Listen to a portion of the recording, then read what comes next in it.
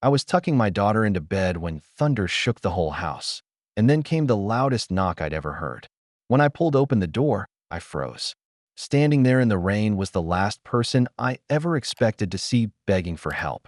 The wind screamed through the narrow streets of the small Texas town as if the night itself wanted to tear the roofs from the houses. The old windows in David's modest living room rattled against their frames, the glass trembling each time a new wave of gusts slammed against them. The lights flickered above, casting the room in nervous shadows, before steadying again with a faint buzz. David stood by the curtains, pulling them shut as another crack of thunder rolled across the sky. He glanced at the clock on the wall, almost 9 o'clock. His little girl, Lily, should already be tucked in bed. He balanced a steaming mug of cocoa carefully in his hand, the sweet scent curling into the air, a small comfort against the chaos outside. The old heater hummed in the corner, groaning with the effort of fighting off the cold that slipped through every crack in the aging house. He stepped into Lily's room and found her curled up under the quilt, clutching her worn stuffed bunny to her chest. Her wide brown eyes looked up at him as though searching his face for reassurance. "Is the storm going to blow our house away, Daddy?" she whispered, her voice almost lost under the howl of the wind. David knelt beside her, brushing a strand of hair away from her forehead. "Not a chance, sweetheart," he said gently. "This little house has been through plenty of storms. It's strong enough for anything." He placed the cocoa on the nightstand, its warmth already fogging the edges of the glass. Lily smiled faintly, still uncertain, but his presence calmed her. He kissed her forehead, humming the soft tune his mother had once sung to him when storms frightened him as a child. Her eyelids drooped slowly as the rhythm of his voice carried her away from the clamor outside. For a moment, David allowed himself to simply watch her, small, fragile, yet stronger than she knew. Being her father, especially on nights like this, felt less like responsibility and more like a sacred promise. He slipped quietly into the hallway, careful not to disturb her. Just as he turned toward the kitchen, a deep rumble of thunder shook the entire house.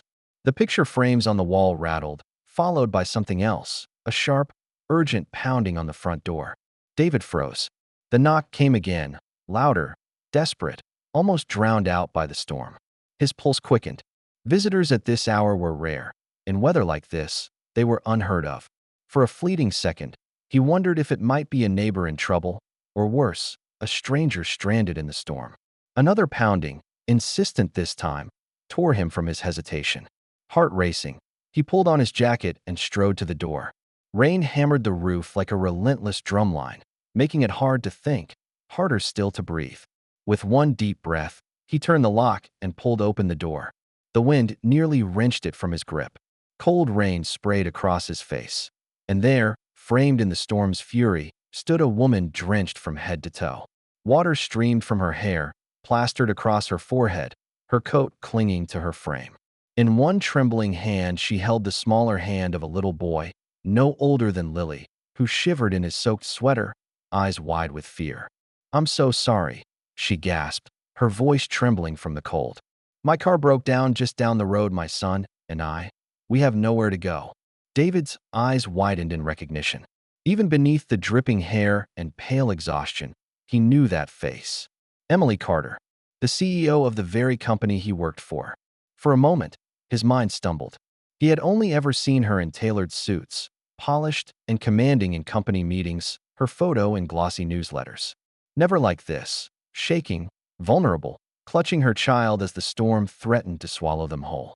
The little boy pressed closer to her leg, clinging with both hands now, whispering, "Mom, I'm cold." David didn't hesitate a second longer. He stepped aside quickly, his voice firm. "Come in, quickly, before the wind takes you both." Emily exhaled in relief as she ushered her son inside, dripping water onto the wooden floor. David slammed the door shut behind them, sealing out the roar of the storm. The heater hummed against the chill, but it wasn't enough to stop the tremors that ran through their bodies. David fetched 2 towels from the hallway and pressed them into their hands. "You both must be freezing." Emily's eyes flickered with gratitude as she wrapped the towel around her son first, rubbing his small arms briskly before pulling one around herself. Her teeth chattered, her breath visible in the cold air that clung to them. David guided them toward the couch, his mind still reeling from the surreal turn of events. His CEO, sitting in his modest living room, looking nothing like the figure of authority he knew, but instead like any mother desperate to keep her child safe. The storm roared outside, but inside, something unexpected had begun. David hurried into the kitchen, the sound of the storm muffled now by the closed door, though it still pressed against the windows like an uninvited guest. He filled the kettle with water, his hands moving quickly, but his mind still catching up. Of all the people who could have ended up at his door tonight, it had to be Emily Carter, the woman who ran his company, the one whose presence usually filled entire conference rooms with quiet authority. Now she was sitting in his small living room, wrapped in one of his old towels, shivering beside her son. He could hear Jacob's small voice carry over the hum of the heater. "Are we safe now, Mom?"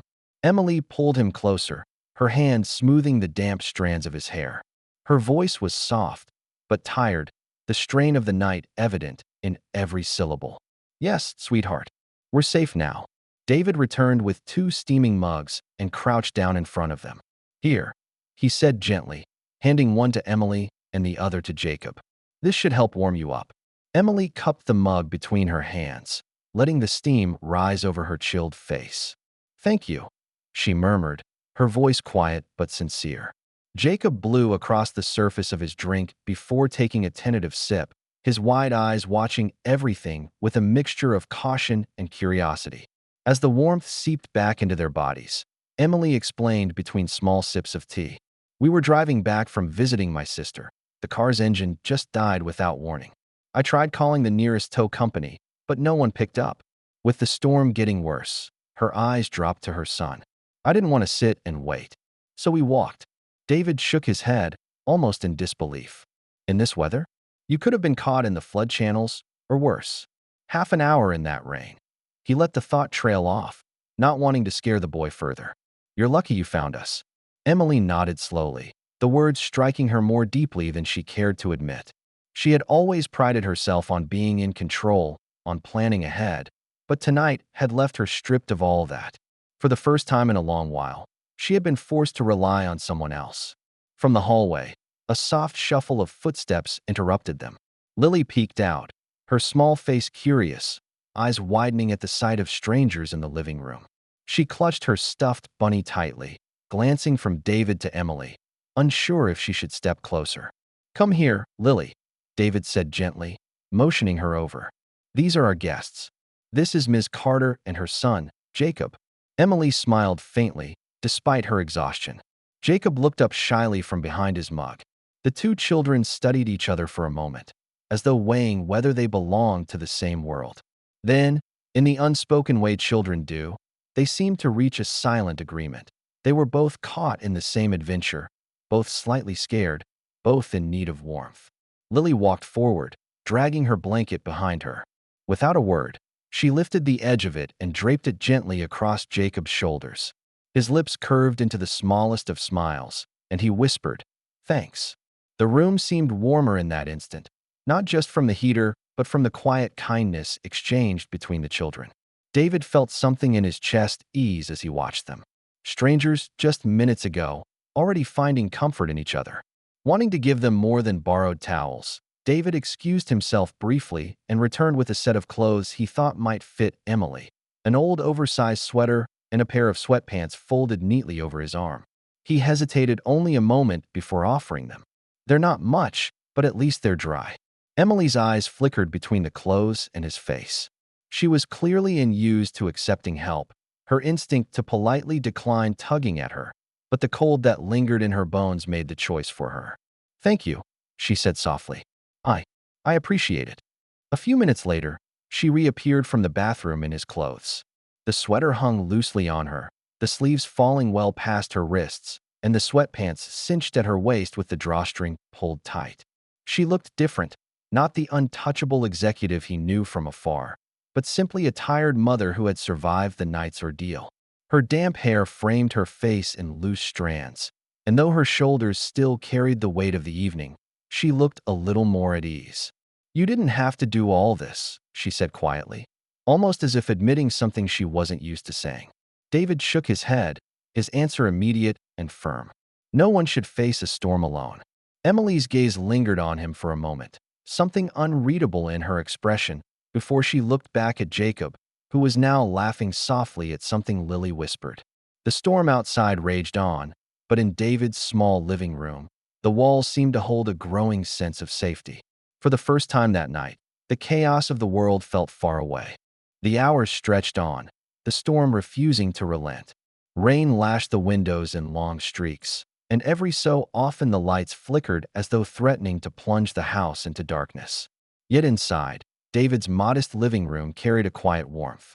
The old heater hummed steadily, filling the silence between bursts of thunder. David had gathered extra blankets from the hall closet and draped them across the couch where Emily and Jacob now sat.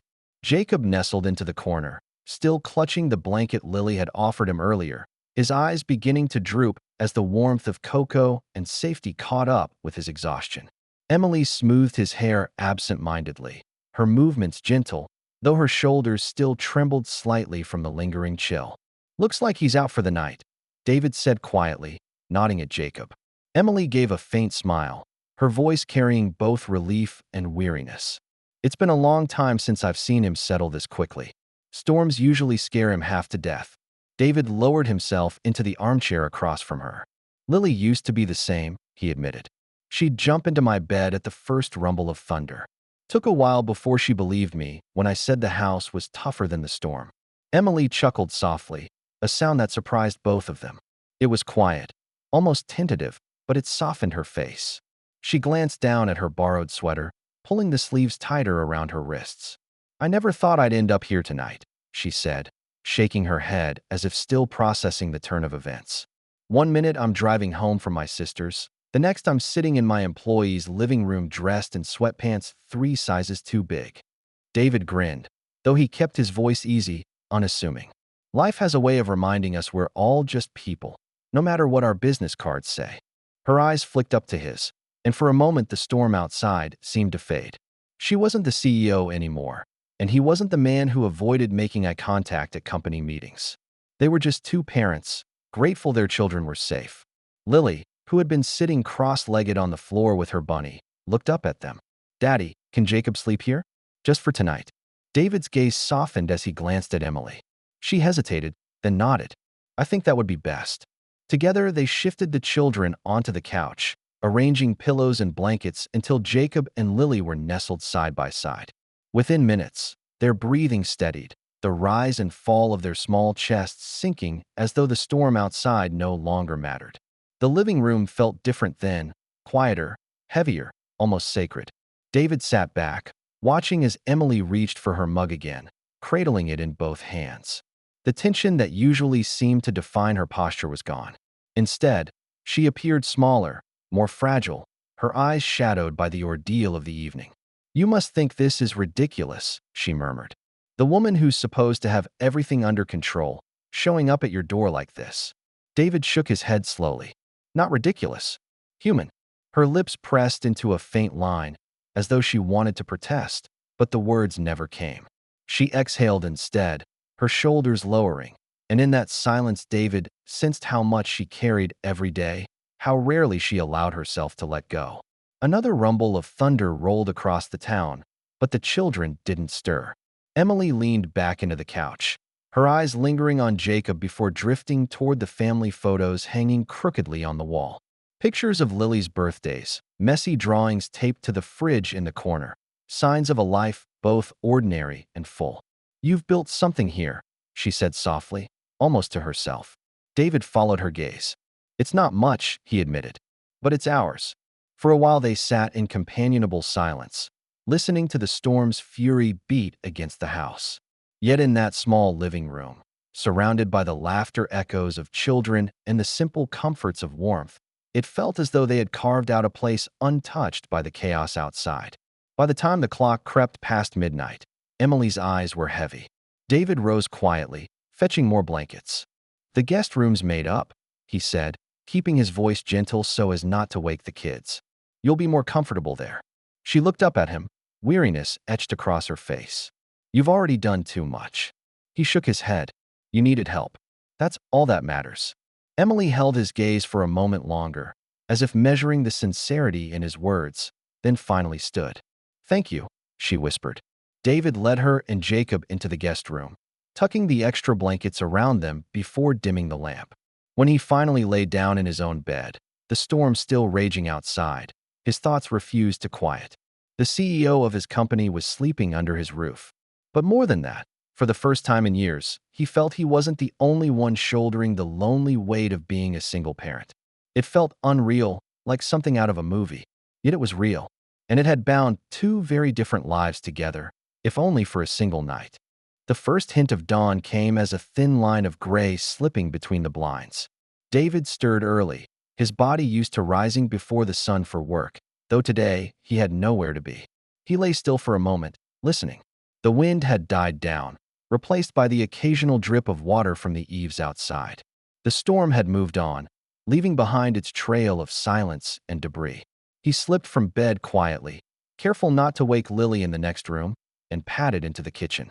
The air smelled faintly of damp wood, but the familiar act of brewing coffee quickly filled the space with its rich, grounding aroma. He set out a simple breakfast: toast, a bowl of fruit, and a jar of jam he knew Lily loved, arranging it all with more care than usual. The events of last night still felt half like a dream.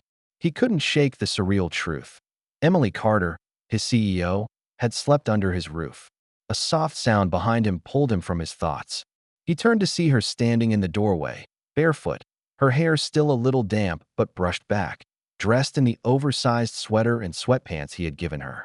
The morning light softened her features, making her look far removed from the commanding woman who usually strode across conference stages. "Good morning," she said, her voice carrying that husky edge of someone who hadn't slept well in a long time. Yet her eyes told a different story, a rested calm he hadn't expected. She glanced around his modest kitchen, the corners of her mouth lifting slightly. "I can't remember the last time I slept this well." David chuckled, pouring her a cup of coffee and sliding it across the counter. "Must have been the storm's lullaby." She accepted the mug, wrapping her hands around it. Inhaling the steam as though it was the first moment all night she had truly felt safe. Or maybe, she said after a pause, it was being somewhere that felt normal. The word lingered in the air, soft but telling. Before David could respond, the rapid patter of small feet echoed down the hallway. Jacob appeared first, his hair sticking up in every direction, his sweater still wrinkled from where he had slept on it. Lily trailed close behind, bunny in hand, her eyes bright with curiosity about their unexpected guests. "Morning," David greeted them warmly. "Hungry?" The children nodded, climbing eagerly onto the chairs at the table. Emily seemed almost startled at how quickly Jacob settled in, already reaching for a piece of toast as Lily giggled at him.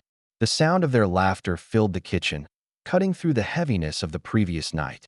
Emily sat slowly, her gaze softening as she watched Jacob chat with Lily about building blanket forts. It was a different Emily than the one David knew from work. There, she was precise, decisive, her words measured. Here, she was quieter, her guard lowered, her smile unpracticed but genuine. David noticed how the morning light caught in her eyes, revealing a weariness that went beyond the storm. Breakfast flowed easily, the kind of conversation that didn't require effort. Lily asked Jacob about his favorite games. Jacob bragged about how high he could build Lego towers, and Emily laughed, really laughed, when David teased that he doubted any tower could survive Lily's curiosity for more than 5 minutes. For a while, the four of them sat as though they'd always shared mornings like this, the storm just a memory beyond the windows. But reality crept back soon enough. Emily's phone, charging in the corner, buzzed loudly on the counter. She reached for it quickly, scanning the screen. Relief and frustration flashed across her face all at once. "That was the tow company," she said, setting the phone down. "They can't get to the car until tomorrow. Roads are still too blocked." She hesitated before meeting his eyes, her voice quieter. "I'm sorry. I didn't plan to impose this long." David waved off her concern immediately. "You don't need to apologize. You and Jacob are welcome here as long as you need. No sense rushing out just to sit in some motel room." Emily studied him for a moment, as though weighing whether to argue, then finally let out a breath she seemed to have been holding. "Thank you," she said softly. There was a depth in her tone that made David think she wasn't just thanking him for the spare room.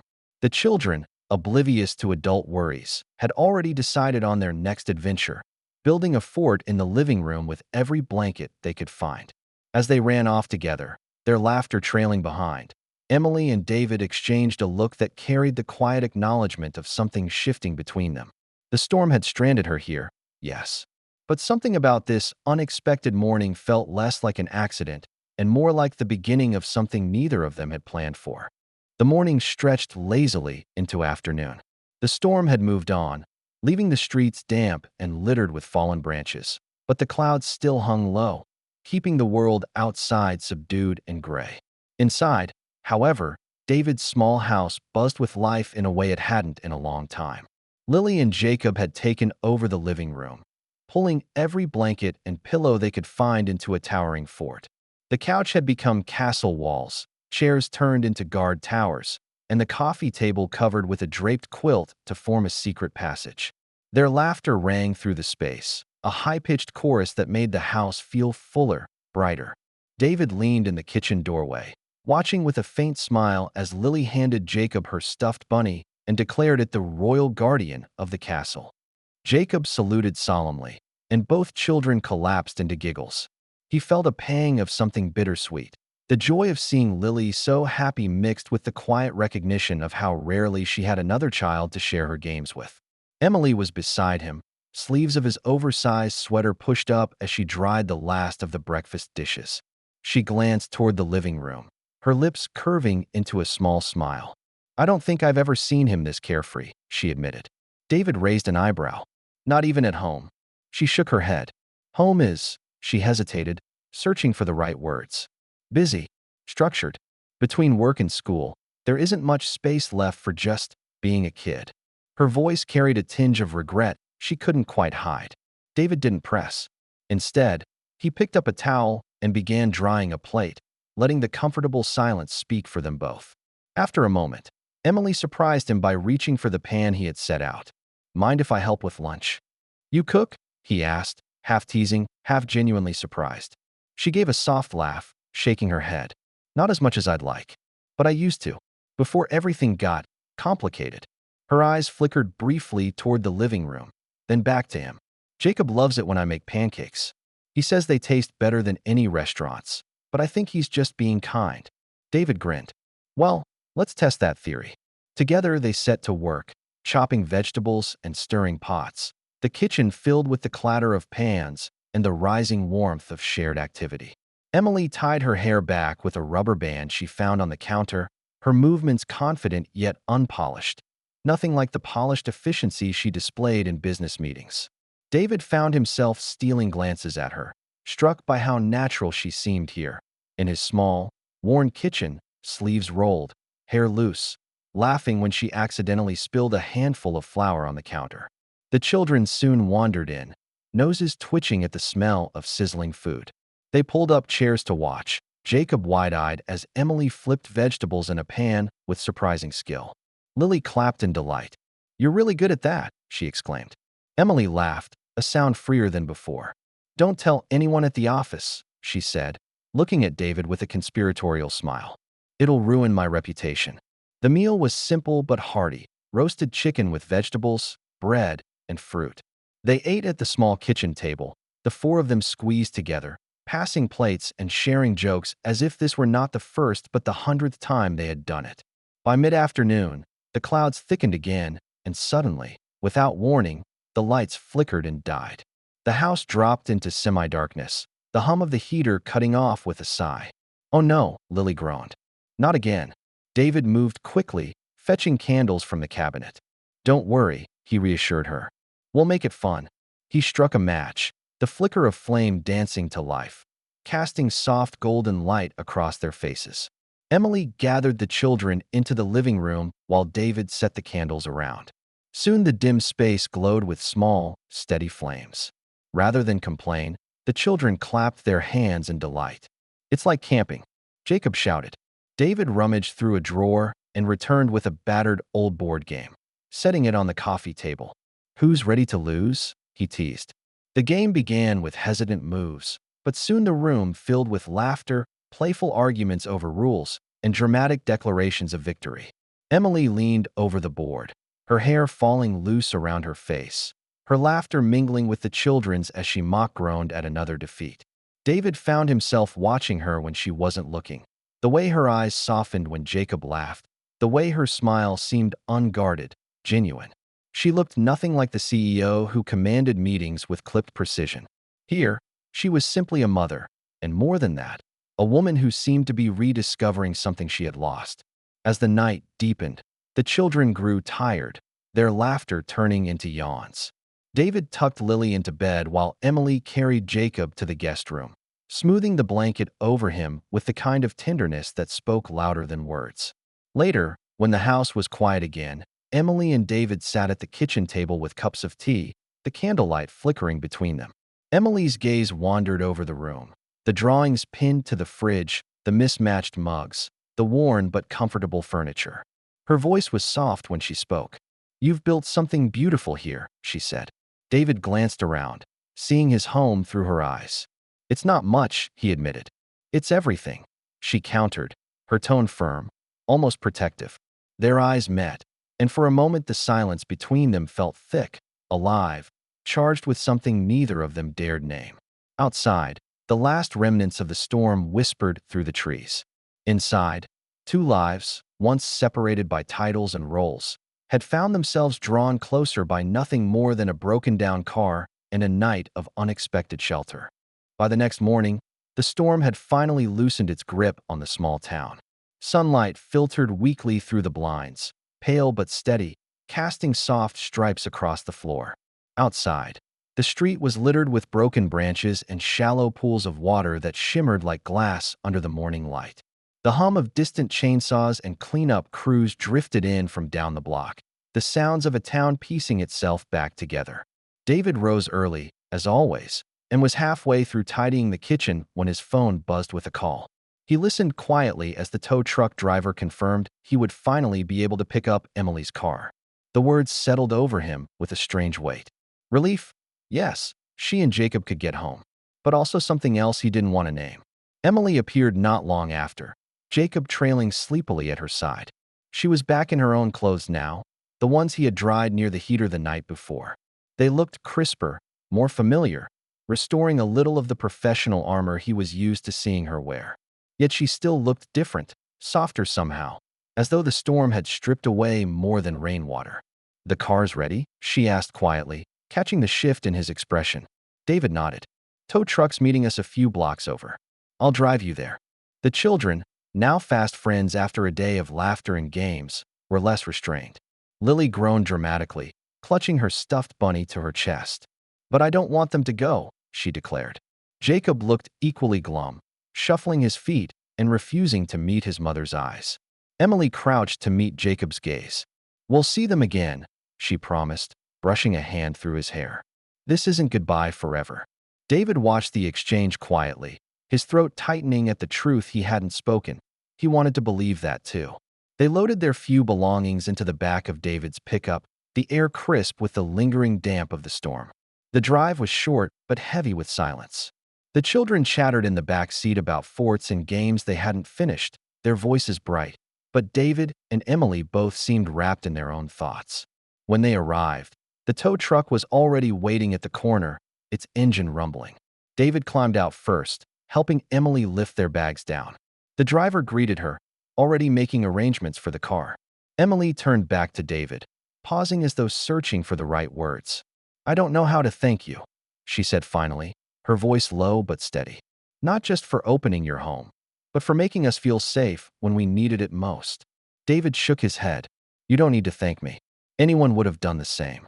Her eyes softened, as if she wanted to tell him she didn't believe that what he had offered was more than a warm house on a cold night.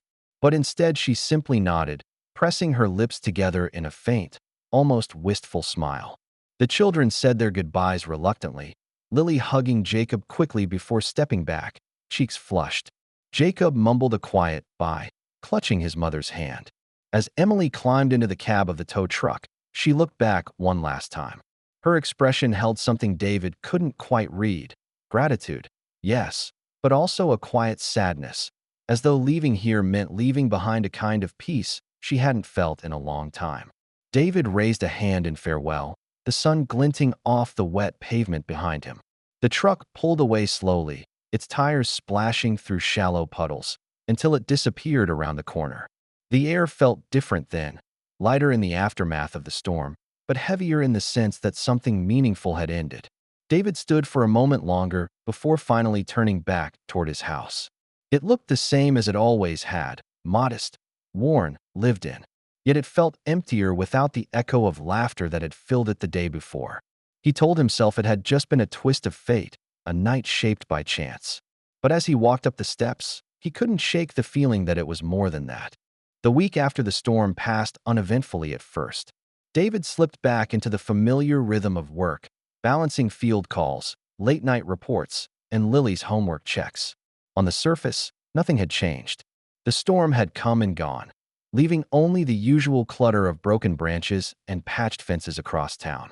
But beneath that routine, he carried with him the memory of those 2 days, the laughter of children building a fort in his living room, the glow of candlelight across Emily's face, the heaviness of goodbye at the tow truck.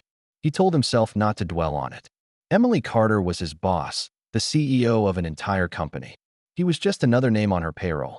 Life would settle back to its lines, and whatever had been shared during the storm would fade into memory. Then, one Thursday morning, he got the call.